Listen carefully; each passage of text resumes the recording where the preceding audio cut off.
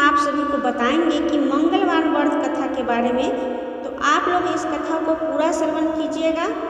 तो भक्तों, धार्मिक से जुड़ी हुई वीडियो देखने के लिए हमारे चैनल आलोक अर्चना भजन को सब्सक्राइब जरूर करें और कमेंट में जय बजरंगबली जरूर लिखें। जय श्री राम। पवन सुत हनुमान की जय हो। प्रिय श्रोताओं, आज की इस वीडियो में आप सुनेंगे बुधवार मंगलवार व्रत की संपूर्ण कथा। हिंदू धर्म में ज्येष्ठ मास को बहुत ही महत्वपूर्ण माना जाता है। मान्यता है कि यह माह भगवान ब्रह्मा जी को बहुत प्रिय है। और आपको बता दें कि ज्येष्ठ मास के प्रत्येक मंगलवार को बुधवार मंगलवार की पूजा करके कथा का श्रवण किया जाता है और व्रत भी रखा जाता है।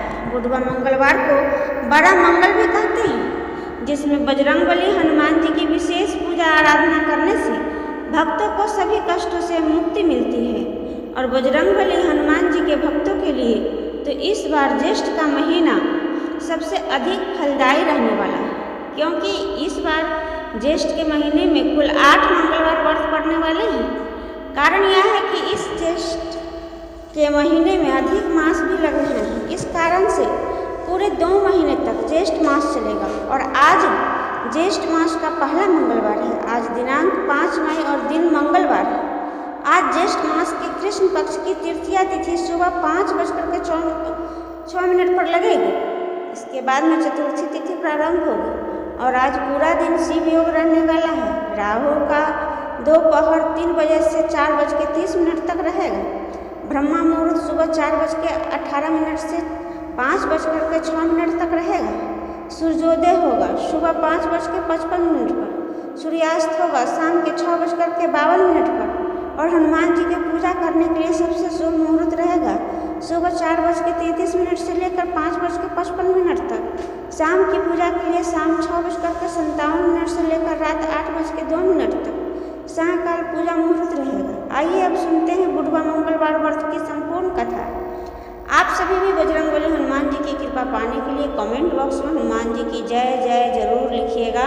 बुधवार मंगलवार उत्सव हनुमान जी के व्रत के रूप में किया जाता है और यह उत्सव ज्येष्ठ मास के मंगलवार व्रत को आयोजित किया जाता है, जिसे प्रचलित भाषा में बूढ़े मंगलवार के नाम से भी जाना जाता है। वैसे तो बूढ़ा मंगलवार व्रत की कई सारी कथाएं प्रचलित है, जिनमें से पुरानी मान्यताओं के अनुसार एक कथा ये है कि महाभारत काल में हजारों हाथियों के बल को धारण करने वाले भीम को अपने शक्तिशाली होने पर बड़ा अभिमान और घमंड हो गया था और भगवान अपने सेवक में किसी भी प्रकार के अभिमान नहीं रहने देते। इसलिए श्री कृष्ण ने भीम के कल्याण के लिए एक लीला रच दी। द्रौपदी ने एक दिन भीम से कहा कि आप ज्येष्ठ गदाधारी हैं और बलवान हैं। आप कृपा करके गंधमादन पर्वत से दिव्य वृक्ष के दिव्य पुष्प लाकर मुझे दीजिए। मुझे अपनी वेणी में सजाने हैं। अगर आप असमर्थ है तो ला सकते हैं। लाकर देंगे ना दिव्य कमल पुष्प? तब भीम द्रौपदी के इस आग्रह को टाल नहीं सके। उन्होंने अपनी गदा उठाई और गंधमादन पर्वत की ओर चल पड़े। मदमस्त हाथी की तरह किसी तनाव से मुक्त निडर भीम कभी गदा को एक कंधे पर रखते तो कभी दूसरे कंधे पर। बेसब्री से वे गंधमादन पर्वत पर की ओर जा रहे थे। सोच रहे थे कि अब पहुंचा तब पहुंचूंगा, फिर दिव्य पुष्प लाकर द्रौपदी को दूंगा तो वह प्रसन्न हो जाएंगे। लेकिन अचानक उनके बढ़ते बढ़ते कदम रुक गए। देखा कि एक वृद्ध लाचार और कमजोर वानर मार्ग के एक बड़े पत्थर पर बैठा है। उसने अपनी पूंछ आगे के उस पत्थर तक बिछा रखी है, जिस कारण से आगे का रास्ता रुक गया है और पूंछ हटाए बिना आगे नहीं बढ़ा जा सकता। यानी कि उस वानर ने अपनी पूंछ से मार्ग को रोक रखा। और कोई भी बलवान व्यक्ति किसी को उल्लंघन करके कभी मार्ग नहीं बनाता, बल्कि मार्ग की बाधा को ही हटाकर फिर आगे बढ़ता है।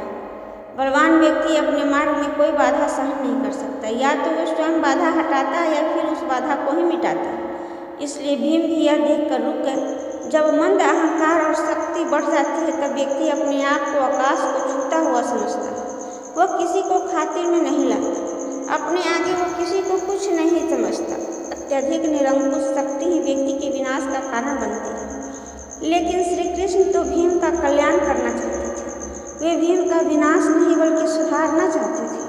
तब भीम ने कहा, ये वानर, अपनी पूंछ को हटाओ, मुझे आगे बढ़ना है। वानर ने देखा कि एक बलिष्ठ व्यक्ति गधा उठाए, राजसीय वस्त्र पहने, मुकुट धारण किए, बड़े रोब के साथ उससे पूछा, हटने को कह रहा है।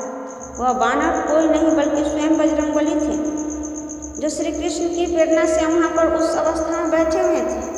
भीम उन्हें नहीं पहचान पाए, लेकिन बजरंगबली हनुमान जी को, भीम को पहचान गए थे, क्योंकि श्री कृष्ण की लीला के कारण उन्हें भीम का गर्भ चूर चूर करना था, इसलिए वे मौन रह गए।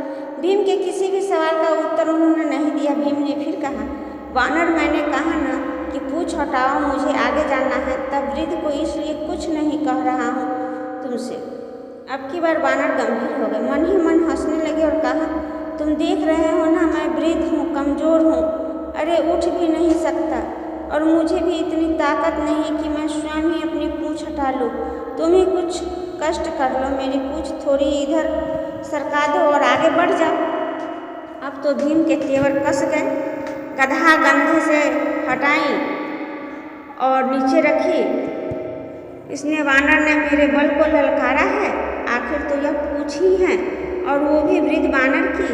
अरे ये मामूली सी पूँछ हटाने में कोई मुश्किल काम है क्या मेरे लिए? ये तुमने क्या कह दिया? मैंने तो बड़े बड़े बलवानों को परास्त किया हूँ, धूल चटाई हूँ, 1000 हाथियों का बल है मुझ में। ऐसा कहकर भीम ने अपने बाएं हाथ से उन वृद्ध वानर की पूँछ को यूँ पकड़ा मानो एक तिनके को पकड़ रहा है कि उठाया और हवा में उड़ा दिया। लेकिन भीम से तो वो पूँछ हिल तक नहीं सकी। अब भीम हैरान हुए। फिर उन्होंने दाएं हाथ से पूँछ को हटाना चाहा, लेकिन दाएं हाथ से भी पूँछ तिल मात्र भी नहीं हिली। फिर भीम ने उन वानर की तरफ देखा। वानर मुस्कुरा रहे थे।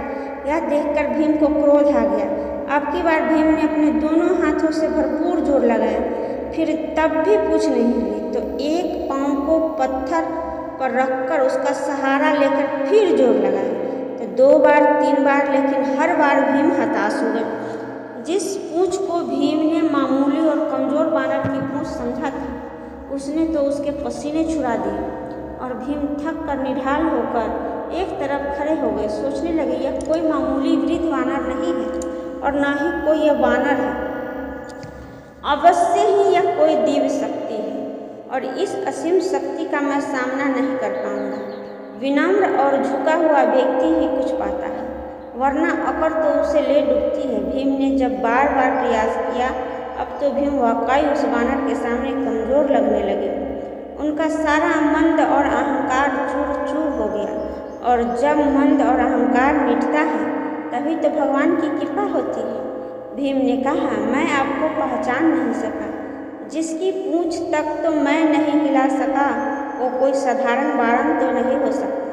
मुझे क्षमा करें, कृपया मुझे अपना वास्तविक परिचय दीजिए।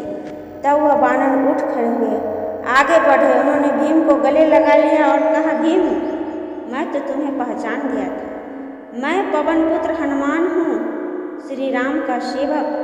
श्री राम का सेवक होने के सिवा मेरी और कोई पहचान नहीं, और उन्हीं के आदेश पर मैं इस मार्ग में लेटा हुआ हूँ, ताकि तुम्हें तुम्हारी असलियत बता दूँ। रिश्ते में मैं तुम्हारा बड़ा भाई हूँ, इसलिए बड़े भाई का कर्तव्य निभाते हुए प्रभु के आशीर्वाद से तुम्हें याद दिला रहा हूँ कि शक्ति का, अपनी ताकत का अभिमान मत करो, क्योंकि यह ताकत और बल तुम्हारा नहीं, भगवान ने इसे दिया है, और यह शरीर तो परमात्मा ने दिया है, और जो चीज़ परमात्मा की है वो किसी और को कैसे हो सकती है।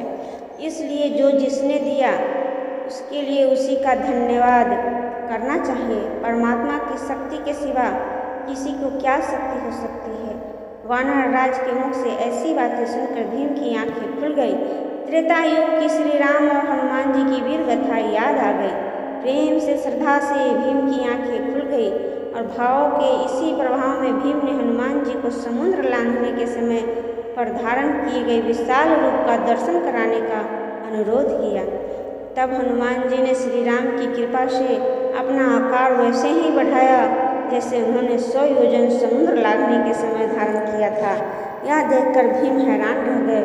वह कभी हनुमान जी के चरणों को देखते तो कभी उनके आकाश छूते मस्तक को, जिसे वह देख ही नहीं पा रहे थे। तब हनुमान जी ने कहा कि भीम, मेरे इस रूप को तुम नहीं देख पा रहे हो, लेकिन मैं तो प्रभु श्री राम की कृपा से इससे भी बड़ा रूप धारण कर सकता हूँ। हे पांडुवीर, मैं हनुमान हूँ, वानर श्रेष्ठ। मुझसे बढ़कर भगवान और कौन होगा जो मुझे आपके दर्शन प्राप्त हुए। ऐसा कहकर फिर भीमसेन ने हनुमान जी को दंडवत प्रणाम किया। मारुति नंदन ने भी आशीर्वाद देते हुए कहा कि भीम, युद्ध के समय तुम्हारे भाई अर्जुन के रथ पर उड़ने वाली ध्वजा पर मैं विद्यमान रहूँगा, विजय तुम्हारी ही होगी। इसके बाद हनुमान जी ने भीमसेन के पास झरने से खिले हुए सुगंधित पुष्प दिखाए। पुष्पों को देखते ही भीमसेन ने द्रौपदी जी के स्मरण हो आया। उन्होंने जल्दी से पुष्प तोड़े और बड़ी तेजी से वे आश्रम की ओर लौट आए।